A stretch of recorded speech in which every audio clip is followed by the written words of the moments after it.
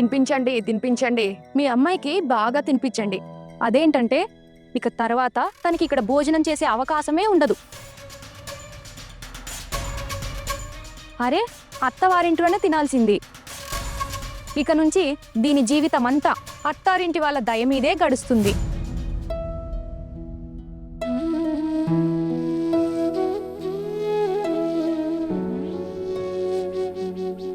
వచ్చేసింది నీ కూతురు చుట్కి.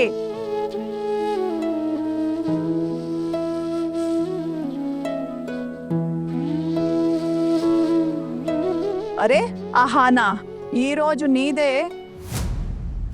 అరే, ఇందులో ఏడవడానికి ఏముంది? అది అపశకునం అవుతుంది. నీకు కాబోయే భర్త నిన్ను పిలిచినప్పుడు ఎలా గంతులేస్తూ వెళ్ళావు కలవటానికి? మరి ఇప్పుడేమో మొసలి కన్నీళ్లు కారుస్తున్నది. ఆకలితో ఉన్న మనిషి నాటకాలు, ఇంకా చదువుకున్న గొర్రెలు దేనికి పనికిరావు. ఏమంటున్నారు అక్కయ్య? తను అలా ఏం చేసింది? అది కిన్నత్తయ్య, నాకు తెలిసి ఈ రోజేంటో. మమ్మీ చెప్పింది పెళ్లికి ముందు ఇదే చివరి భోజనం అని. వదినా, నాతో పాటు లిల్లీ టుడీలను కూడా కూర్చోబెట్టండి. నాతో పాటే తినేస్తారు వీళ్ళు కూడా. అరే, నీ అమ్మనేదంతా ఇంకెవరి కోసమో చేయలేదు కదా, నీ కోసం చేసింది నువ్వే తిను. అలా ఎందుకంటున్నావు కోడలా? నేనిదంతా కేవలం పళ్ళెంలో అలంకరించడానికి మాత్రమే చేశాను.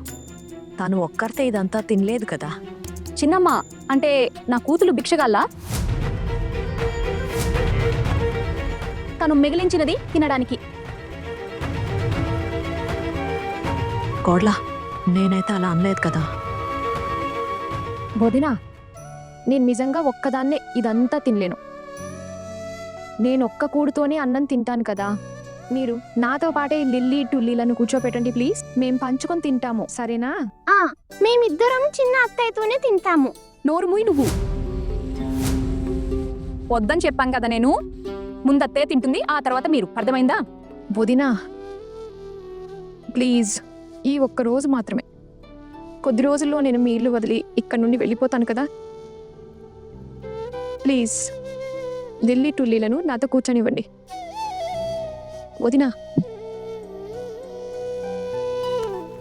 నా ప్రియమైన వదినా, ప్లీజ్ లిల్లీ టుల్లీలను నాతో కూర్చొనివ్వండి ఈ ఒక్క రోజుకి ప్లీజ్.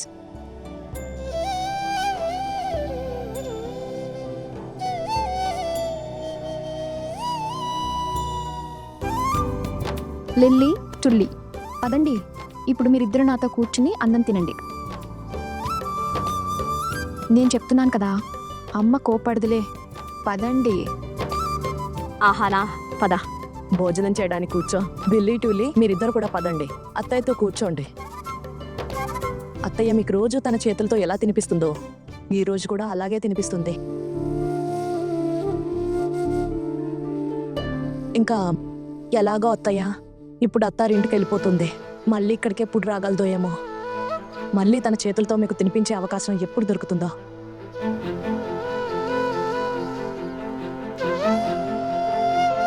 ఆహనా, సరే, నేను భోజనం తీసుకొని వస్తాను. అదండి.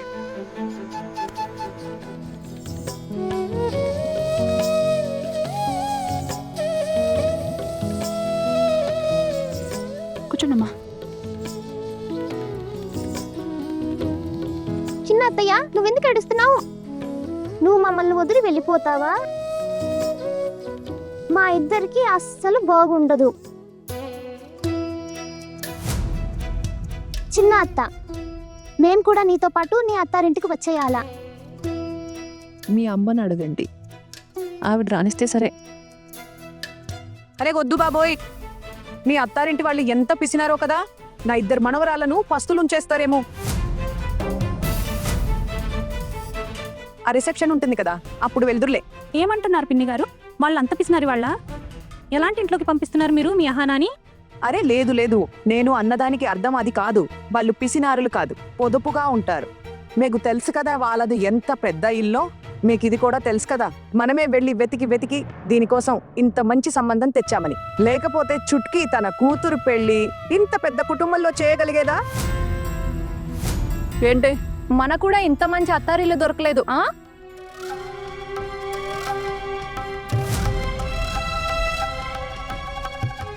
నా ఉద్దేశం ఏంటంటే, ఇప్పుడు మనది సాధారణమైన అత్తారిల్లు కదా. నేనైతే ఎవరి దయాదాక్షిణ్యాల మీద బతకలేదు. కానీ దీన్ని చూడు, ఉచితంగా వజ్రం దొరికేసింది. వదినా, ఇటుక సిమెంటు కట్టిన పెద్ద పెద్ద గోడల వల్ల అత్తారింటి వాళ్ళ మనసు గొప్పతనం తెలుస్తుందా? మనుషులు మంచి వాళ్ళైతే గుడిసెలో కూడా సంతోషాలు దొరుకుతాయి. ఇంకా మీ అత్తారింటి వాళ్ళు చాలా మంచివాళ్ళు, మిమ్మల్ని అంత ప్రేమిస్తారు. నాకైతే పెద్ద ఇంటి కంటే ఇంటి వాళ్ళ ప్రేమ అవసరం. ప్రేమ అంత సులభంగా దొరకదు. దానికోసం మనం కూడా మన వైపు నుండి చాలా చేయాల్సి ఉంటుంది. ఆహానా, నేను భోజనం తీసుకొస్తానమ్మా. అమ్మా, ఆశీర్వదించవా? పూజ పళ్ళెం ఎదురుగా ఉంది, నువ్వింకా ఆశీర్వాదం కూడా ఇవ్వలేదు. అయ్యో, నేను అన్నీ మర్చిపోతున్నాను. అక్కయ్య, మీరే ఆహానాన్ని ఆశీర్వదించండి. మీరే పెద్ద. నువ్వే చెయ్యి, మా అందరి తరపున కూడా అవుతుంది. లేదక్కయ్య, ఈరోజు మీరు ముందుగా బాగా ఆశీర్వదించండి. పెళ్లికి ముందు పుట్టింట్లో ఇదే తన చివరి భోజనం. తెలీదు మళ్ళీ ఇక్కడికి వచ్చే అవకాశం ఎప్పుడు దొరుకుతుందో. ఇవాళ మీరు తనని మనస్ఫూర్తిగా ఆశీర్వదించండి. తన జీవితంలో ఎప్పుడూ ఏ కష్టం రాకూడదని. ఇటివ్వు.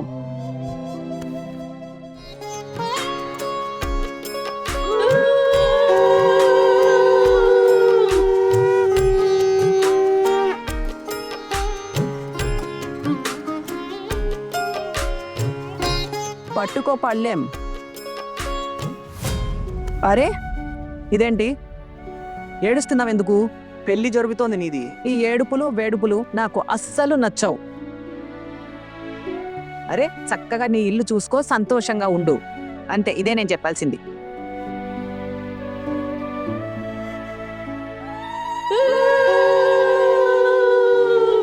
ఈ రోజు నా కూతురికి తృప్తిగా అన్నం కూడా తినిపించలేకపోయాను. దేవుడా, నువ్వే దీన్ని చూసుకోవాలి. అత్తారింట్లో దీనికి ఎప్పుడు ఏ లోటు రాకూడదు. పాపం ఈ వయసులో ఎన్నెన్ని భరిస్తోందో. నువ్వే దాన్ని కాపాడాలి దేవుడా.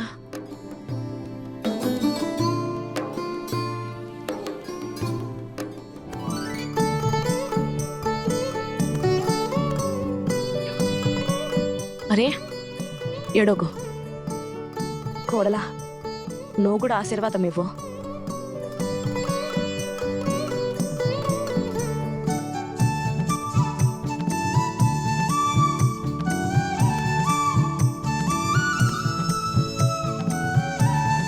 అలా నేను అన్నం పట్టిస్తాను.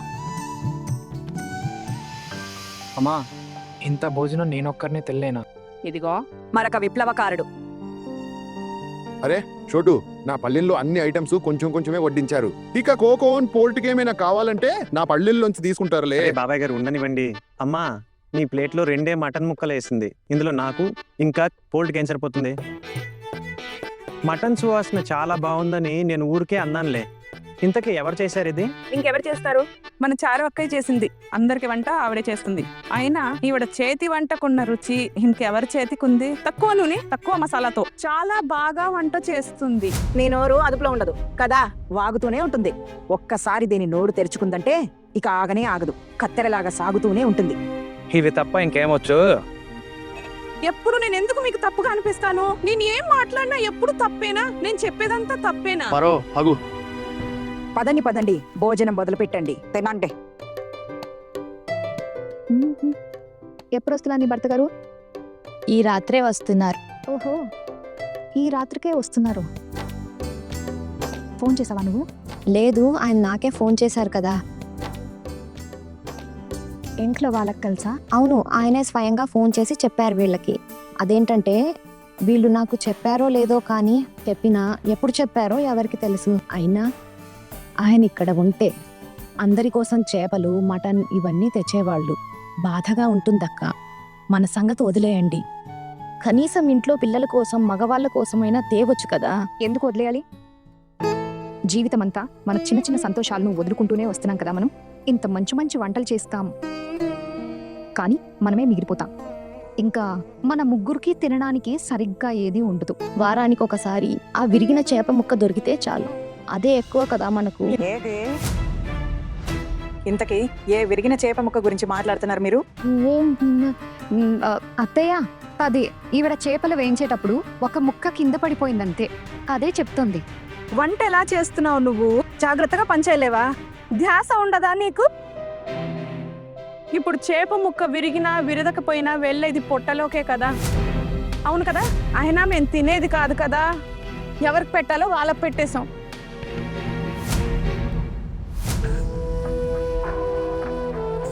చిన్నత్త, మీరు కూడా తినండి. మీరు తినకపోతే మేము ఎలా తింటాం? తినండి తినండి, మా ఇద్దరికి కూడా తినిపించాలి. సరే, అయితే ముందు మీ ఇద్దరికి తినిపిస్తాను. అరే వద్దు వద్దు, నీది ఈరోజు పెళ్లి కూతురు భోజనం. ముందు నువ్వు ఒక ముద్ద తిను, ఆ తర్వాత వీళ్ళిద్దరికీ తినిపించు. సరే పెద్దమ్మ.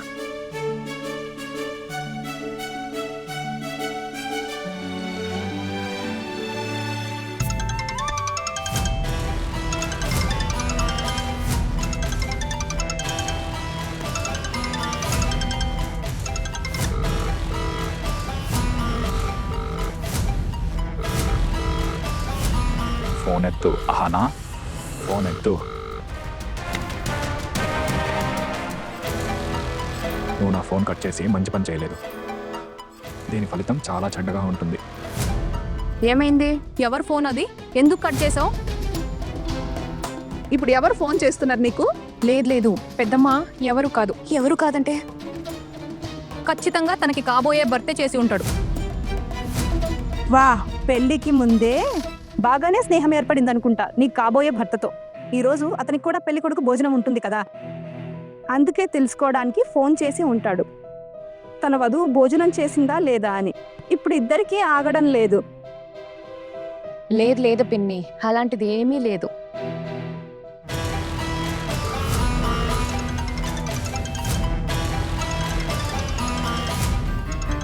అరే అహనా, లిఫ్ట్ చేయి ఫోన్. నీకు కాబోయే భర్త అతను. మనసు ఎందుకు విరుస్తున్నావు మా బావగారిది? నువ్వు నీ క్షేమాన్ని కోరుకుంటే ఫోన్ ఎత్తు. అరే ఎన్నిసార్లు ఫోన్ వస్తుంది? ఒకసారి ఎత్తు. ఏదైనా ముఖ్యమైన పని ఉందేమో. లేదు వదినా, అది స్కామ్ వాళ్ళ ఫోన్ వస్తుంది. కంపెనీ వాళ్ళవి వస్తాయి కదా, లోన్ తీసుకోండి, తీసుకోండి, అది తీసుకోండి. ఫోన్ కట్ చేశాను నేను. చూపించు నాకు. ఏ కంపెనీ ఫోనో చూపించు. వద్దు వదినా, వదిలేయండి. ఎలాగో నేను ఫోన్ కట్ చేశాను కదా. మీరు కూడా భోజనం చేయండి, చాలా టైం అయిపోయింది. నేను కూడా తింటున్నాను. అవును, నేను అందరికీ భోజనం వడ్డిస్తాను. ముందు భోజనం చేయండి. మీరందరూ కూర్చోండి, నేను భోజనం తీసుకొస్తాను. పిన్ని, నేను కూడా మీకు మద్దతు అవుతాను. సరేగా.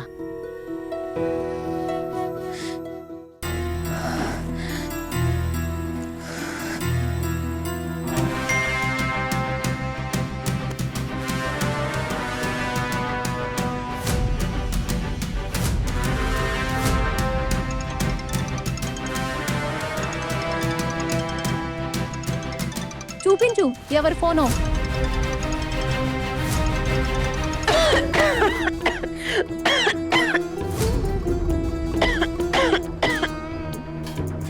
నీళ్ళు.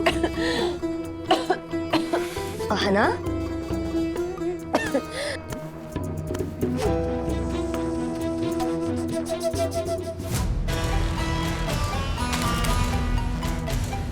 ఇన్ని సంవత్సరాల తర్వాత ఇప్పుడు ఏం కావాలి వీడికి?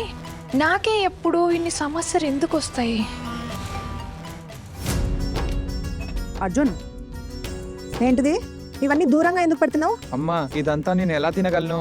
పైగా రోజు ఒక్క కూరతోనే తినడం అలవాటు కదా. అర్జున్, ఎంత కష్టపడి మీకోసం ఇవన్నీ చేశాం మేము, మీరేమీ తినలేదు. వదినా, చాలు, నాది అయిపోయింది. కానీ నేను గ్రేవీ తీసుకున్నాను చూడండి. ఒక పని చేయండి, ఈ మిగిలింది పెద్దనాయికి చేయండి. చోటు, ఒక చేప ముక్క తిను. తీసుకో, చిన్న ముక్క తీసుకో.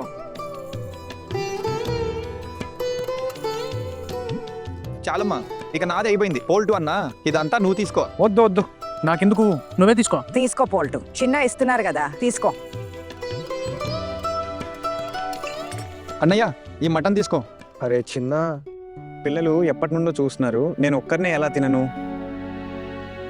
ఒక పంచే 2-4 ముక్కలే కదా ఉన్నాయి, నువ్వు పిల్లలకు పంచిపెట్టు. కోకోన్, నువ్వు ఈ ఇంటి ఆడపిల్లలు మరీ నెత్తి మీద ఎక్కించుకున్నావు. చంచంకి ఇవ్వాలంటే ఇవ్వు, ఆడపిల్లలకి ఇవ్వాల్సిన అవసరం లేదు. అయినా ఆడపిల్లలు పరాయి సొత్తు, పెళ్లి తర్వాత వేరే ఎవరిల్లో చక్కదిద్దాలి వాళ్ళు. అందుకే ఇప్పటి నుండే తయారు చేయాలి, లేకపోతే వీళ్ళిద్దరు కూడా నడిపికోళ్ళిలా అత్యాశ గల వాళ్ళు అవుతారు. అత్తమ్మా, నేను అత్యాశపరురాలినా? నేను ఎప్పుడు ఆశపడ్డాను? అయినా ఈ ఇంట్లో ఆశపడితే దొరికేదేముంది? అరే, మేము నీ అత్తయ్యలం. అత్తతో ఇలాగైనా మాట్లాడేది? ఇలా మాట్లాడటానికి ఎంత ధైర్యం నీకు? మరి నా పరువు పోతుంది కదా, దాని సంగతి ఏంటి? పిల్లలు, మిఠాయి తీసుకోండి, ఇంకా పాయసం తీసుకోండి, త్వరగా తినండి. చిన్న, ఇదంతా నువ్వు దానం ఎందుకు చేస్తున్నావు? అరే, నువ్వు తినవా? మన కుటుంబంలో ఇదే కదా జరుగుతూ వస్తుంది. నీ 2 అన్నయ్యల పెళ్లి అప్పుడు కూడా ఇదే ఆచారం పాటించాం కదా. అమ్మా, నీతో ఒక మాట చెప్పనా? దయచేసి మీరు తప్పుగా అనుకోవద్దు. ఈ రోజు నన్ను తిట్టవద్దు కూడా. కానీ మీరు నమ్మే ఆచార వ్యవహారాలు సరైనవే అని చెప్పలేము, ఎందుకంటే నేను ఈ ఆచారాలను నమ్మను.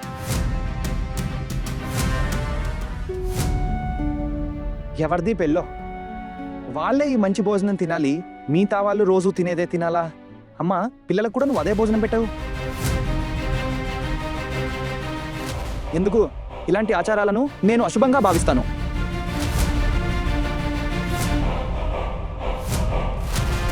భవిష్యత్తులో అత్తారింటికి వెళ్ళాక వీళ్ళకు సరిగ్గా తిండి దొరుకుతుందో లేదో అని ఆలోచించి ఈ రోజే మనం వీళ్ళకు సరిగ్గా తిండి పెట్టకపోవడం ఏంటి? అసలు మనం ఎలా ఆలోచించాలంటే, వీలైనంత వరకు మన పుట్టింట్లోనే వీళ్ళకు తృప్తిగా తిండి పెడదామని ఆలోచించాలమ్మా. ముందు ముందు ఎలా దొరుకుతుందో అది మనకు తెలియదు కదా. నువ్వు మరీ ఎక్కువ తెలివైన వాడి వైపు వచ్చిందా? కానీ నీకేం తెలుసు పిల్లి ఎలా నడుస్తుందో? నువ్వు నిజమే చెప్తున్నావు అమ్మా. ఇల్లు ఎలా నడుస్తుందో నాకు తెలియదు, కానీ నాకింత తెలుసు. నా పళ్ళెంలో మంచి భోజనం ఉండి పక్కన కూర్చున్న పిల్లల పళ్ళెంలో లేకపోతే ఈ భోజనం నా గొంతులోకి దిగదు.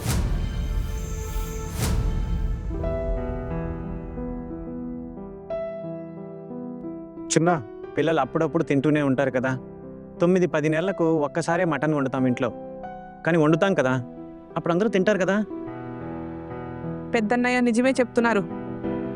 ఎప్పుడు చేసినా మధ్యాహ్నం భోజనంలో ఒక మటన్ ముక్క, ఒక ఆలుగడ్డ ముక్క, ఇంకా రాత్రి భోజనంలో ఒక ఆలుగడ్డ ముక్క, ఆ మిగిలిన గ్రేవీ అంతే. అరే, ఇవన్నీ ఏం పట్టుకుని కూర్చున్నారు మీరు? ఇంట్లో పెళ్లి వాతావరణం ఉంది, కుదరైనదంతా. అవును, కానీ కోడల్నోరు ఈరోజు ఎందుకు ఇంతలా లేస్తుంది? మేమెక్కడ ఎప్పుడైనా ఏమైనా మాట్లాడతామా చిన్నత్త? అలా అని మాకు నోరు లేదని అర్థం కాదు కదా. అందుకే అప్పుడప్పుడు మాకు నోరు జారుతుంది. నేను వీళ్ళిద్దరికి ఎప్పుడు నచ్చచెప్తూ ఉంటాను, ఈ ఇంట్లో మన మాటలకు ఏ విలువ లేదని. కానీ వీళ్ళిద్దరూ నా మాట వినరు. మరేం చేయండి నేను? నన్ను చూడండి కదా, చూడండి నన్ను. నేను ఎప్పుడు ఎలా మౌనంగా ఉంటానో, ఎప్పుడు మౌనంగానే ఉంటాను కదా. ఆడపిల్లలు ఇక్కడ కూర్చుని ఎప్పటి నుండో మంచి భోజనం వైపు చూస్తున్నారు, కానీ వాళ్ళకి ఏదైనా ఇవ్వగలిగే ధైర్యం నాకు లేదు. కొంచెం ఎక్కువ తీసుకురండి అని ఎవరితోనైనా చెప్పే హక్కు కూడా నాకు లేదు, ఎందుకంటే నా పిల్లలేమైనా తినగలరని. కోడని కదా, అందుకే ఏమీ అనలేను. వీళ్ళ రాతలో ఏం రాసి ఉందో ఏమో. నువ్వు ఇవన్నీ ఏం పట్టుకుని కూర్చున్నావు? అమ్మ తన కోసం ఏమీ చేసుకోదు కదా, ఏం చేసినా ఈ కుటుంబం కోసమే చేస్తుంది. అప్పుడప్పుడు నాకేమనిపిస్తుందంటే, ఏ ఇంటినైతే కొంచెం కొంచెం చేసి నేను నా చేతులతో కుటుంబానికి తీర్చిదిద్దానో అది ఈ రోజు నాది కాకుండా పోయిందని, కేవలం వీళ్ళది అయిపోయిందని. పరాయి ఇంటి నుండి వచ్చిన ఈ అమ్మాయిలు నా నెత్తి మీద ఎక్కి కూర్చున్నారు. నా కొడుకు పెళ్లి కొడుకు చేసే వేడుకని నాశనం చేసేశారు మీరందరూ. సంతోషంగా ఉందా మీ ముగ్గురికి? ఎందుకు ఈ విషయాన్ని ఇంతలా సాగదీస్తున్నారు? చూడండి, పాపం అర్జున్ ఏమీ తినలేదు కూడా. మీరు కంగారు పడకండి పిన్ని, నేను చాలా బాగా తిన్నాను. పిల్లలు, ఇప్పుడు ఈ స్వీట్స్ అన్ని మీరే తినాలి, అందించండి. బాగా తినాలి, నేను చూస్తున్నాను, సిగ్గుపడాల్సిన అవసరం లేదు.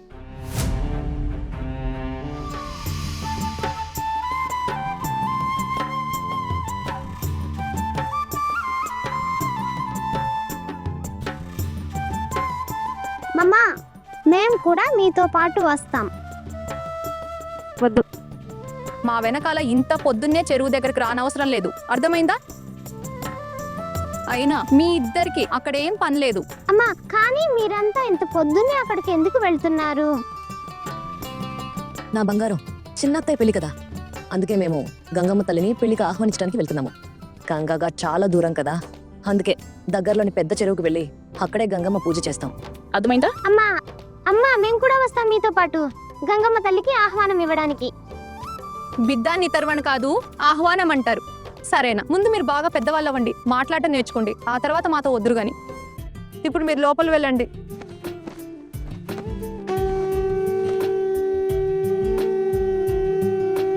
అందరూ గంగమ్మని ఆహ్వానించడానికి వెళ్తున్నట్లున్నారు. నా ఫోన్ ఎక్కడా? ఒక పక్క ఈ మధురు గొడవలో పడి నిన్న మధ్యాహ్నం నుండి ఫోన్ ఆఫ్ చేసి పెట్టాను.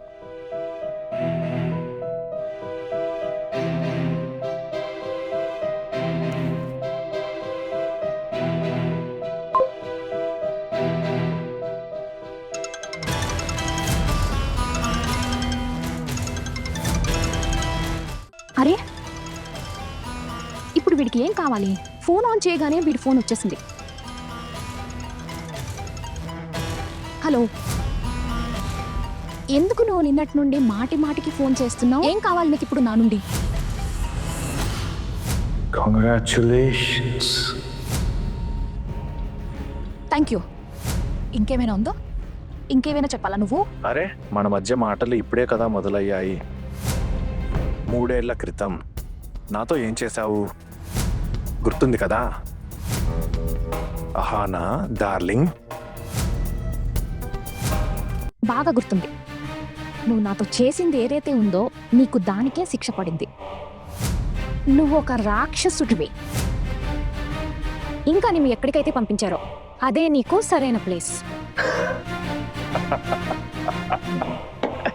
అవన్నీ వదిలే అహానా డార్లింగ్. నాతో ఏదైతే చేశావో అదైంది. అయినా ఈరోజే కదా నీ పెళ్ళి. ఒకవేళ నీ కాబోయే భర్తకి నీ గతం గురించి తెలిస్తే అప్పుడు తన బరాత్ తీసుకుని నీ ఇంటి వరకు వస్తాడా? చేసుకుంటాడా నిన్ను పెళ్ళి? చెప్పు అహానా డార్లింగ్.